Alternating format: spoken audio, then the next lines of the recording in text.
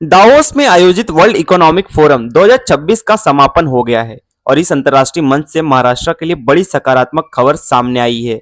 मुख्यमंत्री देवेंद्र फडणवीस ने दावोस दौरे के समापन पर कहा कि संवाद और सहयोग की भावना से प्रेरित यह मिशन पूरी तरह सफल रहा। उन्होंने दावोस और वर्ल्ड इकोनॉमिक फोरम का आभार जताते हुए कहा कि यहां महाराष्ट्र के $1 ट्रिलियन अर्थव्यवस्था के लक्ष्य को एक और मजबूत समर्थन मिला है।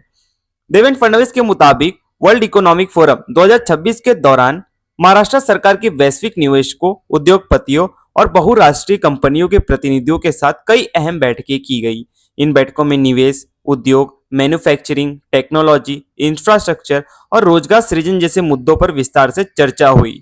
सरकार का फोकस महाराष्ट्र के निवेश के लिए सबसे पसंदीदा राज्य बनने जा रहा है। उन्होंने कहा कि दावोस में हुई बातचीत से राज्य में नए निवेश प्रस्ताव आने की पूरी उम्मीद है, जिससे आने वाले समय में बड़े पैमाने पर रोजगार के अवसर पैदा होंगे।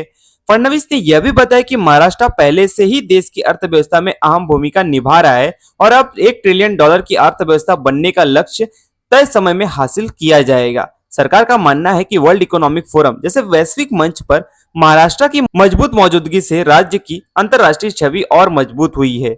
निवेशकों के साथ सीधा संवाद, नीति की स्पष्टता और विकास के रोडमैप के महाराष्ट्र को एक भरोसेमंद निवेश गंतव्य के रूप में पेश किया गया।